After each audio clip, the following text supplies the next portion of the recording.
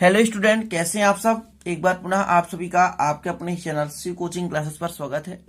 और आज का जो टॉपिक है क्लास 12 केमिस्ट्री एनसीईआरटी में चैप्टर ऑन सॉलिड स्टेट में ठोसों में संकुलन समझेंगे। ठोसों में संकुलन क्या है, इनकी समन्वय संख्या कितनी होती है, कितने प्रकार के होती हैं, तो पूरा चीज देखेंगे। जितना भी इससे संबंधित क्वेश्चन ऑब्जेक्टिव टाइप में पूछा जाता है वो भी चर्चा करेंगे।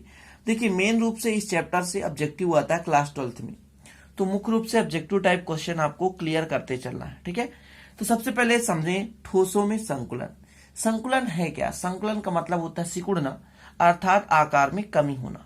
तो कोई भी ठोस है किसी न किसी कारण से वो अपने आकार में कमी लाता है। कोई आकर्षण बल लग रहा है ना, या किसी न किसी बंध के कारण उसके आकार में कमी होती है, और यही आकार में कमी होना ही संकुलन कहलाता है। क्लियर। तो ठोस के आकार में कमी होना ही ठोस में संकुलन कहलाता है। संकुलन मतलब सिकुड़ना, अर्थात आकार में कमी आना। ये जो ठोसों में संकुलन होता है स्टूडेंट, दो प्रकार से होता है, द्विविमीय और त्रिविमीय। त्रिविमीय मतलब त्रिविम क्षेत्र में, अर्थात 3 अक्ष XYZ होता है। द्विविमीय में समतल होता है, अर्थात 2 अक्ष होता है। ठीक है ना, 2 डायमेंशियल 3 डायमेंशियल, द्विविमीय और त्रिविमीय। द्विविमीय में तल होता है एक समतल, जैसे ये तल है, ये समतल है, तो ये क्या कहलाएगा, द्विविमीय है ना। ऐसे ठोस जो है और उनमें जो संकुलन होगी वो द्विविमीय निविड़ संकुलन होगी। लेकिन ये बुक के ऊपर बुक के ऊपर बुक रखते जाएं आप तो त्रिविमीय क्षेत्र कहला जाता है। क्लियर। जैसे आसमान में उड़ता हुआ कोई हवाई जहाज हो, त्रिविम क्षेत्र कहलाता है स्टूडेंट। ठीक है ना। तो जैसे एक सिंपल सा एक बुक ले लिया आपने, एक समतल तल है, उसके ऊपरी भाग को हम तल कहते हैं। समतल 2 अक्ष होते हैं, X और Y, तो वो कहलाता है द्विविमीय। लेकिन बुक्स के ऊपर बुक्स रखते जाएंगे, 2-3 बुक्स रखते जाएंगे ऐसे, तो वो जो आपका तल बनेगा वो त्रिविमीय तल बनेगा। क्लियर है, याद रखना। ऐसे थोड़ा सा लॉजिक लगा के पढ़ाई करना है आपको। अब बात करते हैं द्विविमीय निविड़ संकुलन में। तो जो द्विविमीय निविड़ संकुलन है इसमें भी 2 प्रकार के होते हैं। थोड़ा सा इसके बारे में देखें कि किसी तल में क्रिस्टल के रचक अवयवों का संकुलन द्विविमीय संकुलन कहलाता है। किसी तल में मैंने पहले बता दिया कि कोई तल होगा, समतल होगा, प्लेन होगा, तो वहां पर जो संकुलन होगी द्विविमीय निविड़ संकुलन कहलाएगी। ठीक है ना, यहां पर संकुलन है द्विविमीय निविड़ संकुलन। यदि आपका कोई त्रिविम क्षेत्र है, और त्रिविमीय क्षेत्र में है ना, त्रिविमीय क्रिस्टल में जो संकुलन होगी तो उसे हम कहेंगे त्रिविमीय निविड़ संकुलन। लेकिन जब द्विविमीय क्षेत्र में, अर्थात किसी तल पर किसी ठोस के रचक अवयवों में कमी होती है, संकुलन होता है, तो उसे हम कहते हैं स्टूडेंट द्विविमीय निविड़ संकुलन। ये 2 प्रकार से होता है, एक वर्गाकार निविड़ संकुलन और दूसरा है षटभुजीय द्विविमीय निविड़ संकुलन। द्विविमीय निविड़ संकुलन कितने प्रकार से होता है, तो वर्गाकार निविड़ संकुलन और द्विविमीय निविड़ संकुलन।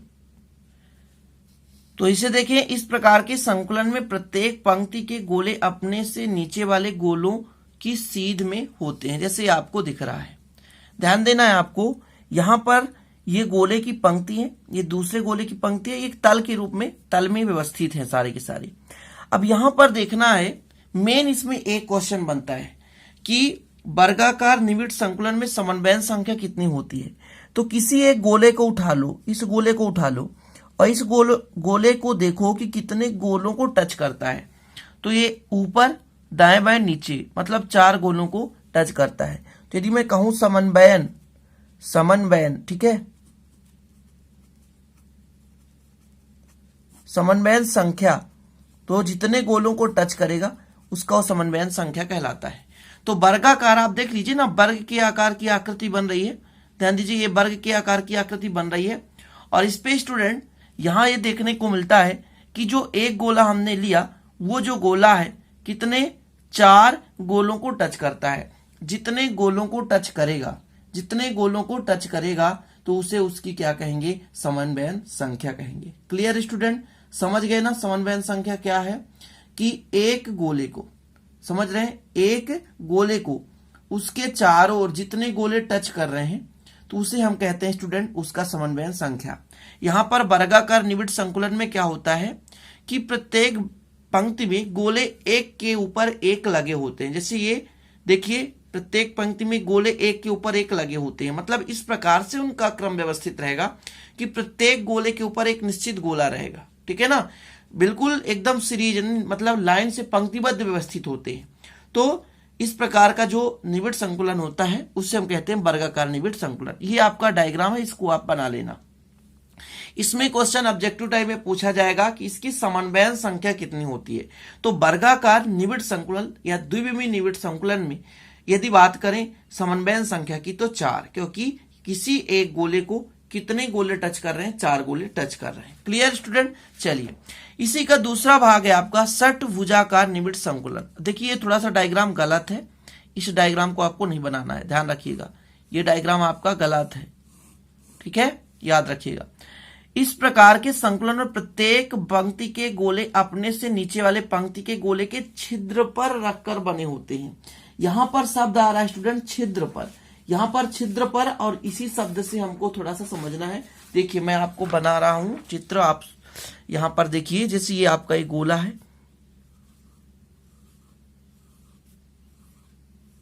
इसके बाद इनके छिद्र पर होगा, देखिए छिद्र पर, ठीक है, फिर छिद्र पर,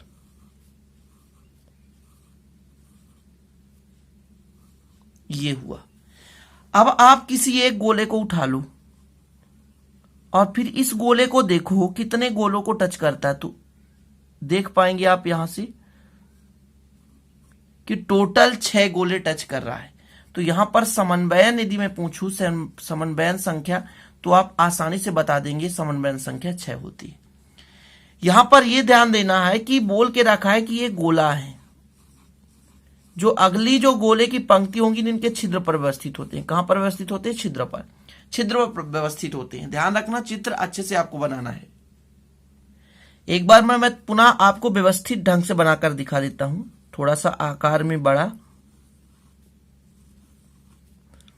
तो आपको विधिवत समझ में आ जाएगा। अब इसमें बोला गया जो अगले पंक्ति में जो गोले होंगे उनके छिद्र, जैसे इसके बीच ये छिद्र, तो ये जो गोला बनेगा तो इसके छिद्र में बनेगा, अगला इसके छिद्र में बनेगा,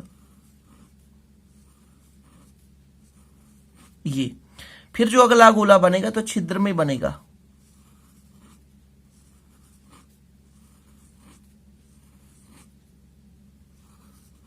ये। अब कोई भी गोला उठा लो, जैसे इसको उठा लो, एक इसको टच कर रहा है, इसको इसको इसको इसको, कितने से घिरा हुआ है? 6 से घिरा हुआ है। कहने का मतलब इस गोले को कितने घेर कर रखे हुए हैं? 6। तो यहां पर समन्वयन संख्या कितना होगा? 6 होगा। तो अब समझ गए होंगे आप कि षटभुजाकार निविड़ संकुलन में क्या होता है कि जो पंक्ति होते हैं और पंक्ति को भी जो रिक्त स्थान होता है, उन रिक्त स्थानों पर अगले पंक्ति के गोलों को रखा जाता है। अब इस प्रकार से एक गोले को जितने गोले टच कर रहे हैं, छू रहे हैं, जितने गोले घेर कर रखे हुए हैं, उसे हम कहते हैं स्टूडेंट क्या? षटभुजाकार द्विविमीय निविड़ संकुलन। तो द्विविमीय निविड़ संकुलन आपको समझ में आ गया कि 2 प्रकार से था। एक तो आपका वर्गाकार निविड़ संकुलन, दूसरा आपका षटभुजाकार निविड़ संकुलन। इसमें समन्वयन संख्या कितना होता है? तो 6 और एक में होता है 4। इतना याद कर लेना आपको, ठीक है। चलिए अब हमको पढ़ना है स्टूडेंट त्रिविमीय निविड़ संकुलन। त्रिविमीय निविड़ संकुलन में द्विविमीय निविड़ संकुलन गोलों के ऊपर गोले या उन पर बने छिद्रों पर गोले रखकर क्रमशः परतें बनाई जाती है। चूंकि द्विविमीय संकुलन 2 प्रकार के होते हैं, अतः त्रिविमीय संकुलन भी 2 प्रकार के होते हैं। अब यहां पर क्या कहा गया, जैसे मैंने बताया था कि एक बुक्स है, एक बुक को आप समझ लो द्विविमीय, लेकिन बुक के ऊपर बुक, बुक के ऊपर बुक, बुक के ऊपर बुक क्रम से रखते जाओ तो वो बन जाएगा त्रिविमीय। तो यहां पर साफ बता दिया गया है कि जैसे यहां पर आपके पास एक द्विविमीय निविड़ संकुलन है, इसके ऊपर इसी प्रकार और हम क्रम से व्यवस्थित कर दें। जैसे एक आपके पास है और यही क्रम का इसके सीधे ऊपर से रख दें, समझ रहे ना। जैसे आपका ये पेज है, ये पेज था और सेम इसी प्रकार से दूसरा पेज उस पर रख दें, तो बिल्कुल शब्द क्या है उसी पे मिलते जुलते रहेंगे। इसी प्रकार इन गोलों के ऊपर जो आपका दूसरा गोला का तह आएगा तो गोलों से टच करेगा, या तो रिक्त स्थान पे होगा या तो आजू बाजू में होगा। क्लियर, समझ गए। तो जब द्विविमीय निविड़ संकुलन के ही गोलों को हम कई परतों के रूप में व्यवस्थित कर देते हैं, जैसे मैंने आपको सिंपल सा एग्जांपल बताया, बुक्स के ऊपर बुक्स, बुक्स के ऊपर बुक्स, तो जो आपका संकुलन होगा तो त्रिविमीय निविड़ संकुलन होगा। Clear student. बस अब आपको इसमें से केवल 2 चीजें याद रखना कि समन्वयन संख्या कितनी होती है। तो इनके प्रकार भी 2 होते हैं। कैसे? वर्गाकार द्विविमीय निबिड़ संकुलन से त्रिविमीय निबिड़ संकुलन। अब आप कहेंगे वर्ग द्विविमीय शब्द क्यों आ गया? क्योंकि द्विविमीय निबिड़ संकुलन बना ही रहे, सॉरी द्विविमीय निबिड़ संकुलन से ही त्रिविमीय निबिड़ संकुलन बन रहा है स्टूडेंट। द्विविमीय निबिड़ संकुलन से ही त्रिविमीय निबिड़ संकुलन बन रहा है। चीजें क्लियर? तो जब हम वर्गाकार द्विविमीय निबिड़ संकुलन के ऊपर वर्गाकार द्विविमीय निबिड़ संकुलन रखेंगे, मतलब कई वर्गाकार द्विविमीय निबिड़ संकुलन रखेंगे, तो आपका प्राप्त होगा वर्गाकार त्रिविमीय निबिड़ संकुलन। चीजें क्लियर है? इसी प्रकार षटभुजीय जो होगा उनको भी हम कई क्रम में व्यवस्थित रखते जाएंगे, तो वो भी षटभुजीय निबिड़ संकुलन बनेगा। क्लियर?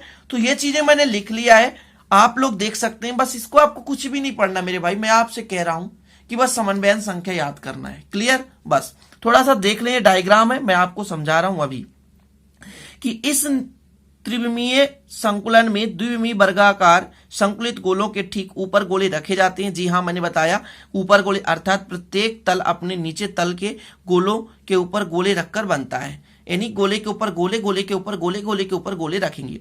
इस संकुलन से सरल घनी जालक बनता है और इस जालक का एकक सेल प्राथमिक घनी एकक सेल कहलाता है। बस अब आपको इसको रटना नहीं है, पेपर में ऑब्जेक्टिव टाइप क्वेश्चन पूछा जाता है, इसलिए आपको समझना है कि किस प्रकार से क्वेश्चन आएगा। आपसे क्वेश्चन पूछा जाएगा वर्गाकार त्रिविमीय निबिड़ संकुलन की समन्वयन संख्या, तो आप बता देंगे 6। जी हाँ, कैसे? मैं आपको बता रहा हूं। ये आपका पहले आप द्विविमीय बनाएं, थोड़ा सा बनाने में टाइम तो लगेगा, ध्यान दीजिएगा, समझाने की कोशिश कर रहा हूं। ये आपका जो बना, तो देखिए इस गोले को उठा लो, कितने को टच कर रहा मेरे भाई? 1 2 3 4, 4 को टच कर रहा है, तो 4 को तो छू रहा है। अब ध्यान रखना, इसके ऊपर मैं रखूंगा और नीचे भी रखूंगा, ध्यान रखना। जैसे पेज के ऊपर मैंने पेज रखा, इसके ऊपर और रख दूं, तो मैं इसके नीचे भी रख दूं, ऊपर भी रख दूं, तो एक गोला ऊपर छुएगा और एक गोला नीचे छुएगा। कुल मिलाकर 4 अभी छू रहा है और एक ऊपर एक नीचे। कुल समन्वयन संख्या कितनी? समन्वयन संख्या तो 6। कितनी समन्वयन संख्या? 6 समन्वयन संख्या। समझ गए? 4 आजू बाजू छू रहा है, एक ऊपर छुएगा और एक नीचे टच करेगा, मतलब उसको संपर्क में रखेगा। तो कुल मिलाकर इसके 6 जो गोले हैं इसको घेर कर रखेंगे, तो इसकी समन्वयन संख्या 6। बस इतना ही याद रखना है, समन्वयन संख्या याद कर लो मेरे भाई। बस ऑब्जेक्टिव टाइप में यही क्वेश्चन पूछा जाता है कि समन्वयन संख्या कितनी होती है। क्लियर? ध्यान रख लिया आपने? ठीक है। यदि आपसे पूछा जाता कि प्राथमिक घनी एकक सेल, प्राथमिक घनी एकक सेल की समन्वयन संख्या कितनी होती है, तो आप बता सकते थे समन्वयन संख्या 6, क्योंकि अभी आपको हमने समझाया कि प्राथमिक घनी एकक सेल में समन्वयन संख्या स्टूडेंट कितना होता है? 6 होता है। ये आप तो समझ गए वर्गाकार द्विविमीय निबिड़ संकुलन से त्रिविमीय निबिड़ संकुलन। लेकिन अब आप षटभुजीय द्विविमीय निबिड़ संकुलन से आप बनाएंगे, तो इसको कैसे बना पाएंगे?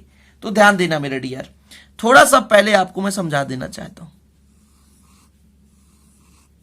अब आप कहेंगे इतनी बड़ी आकृति बना रहे हैं, कोई बात नहीं मेरे भाई,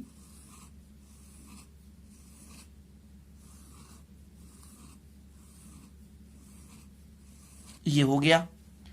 किसी एक को उठा लो, ये कितने को टच कर रहा है?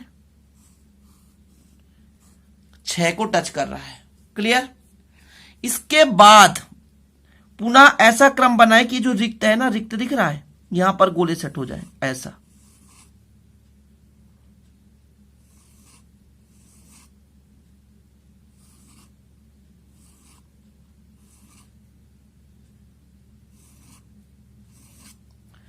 इस तरह में अब आपको शायद समझ में नहीं आएगा, बहुत ज्यादा लाइनिंग हो चुकी है।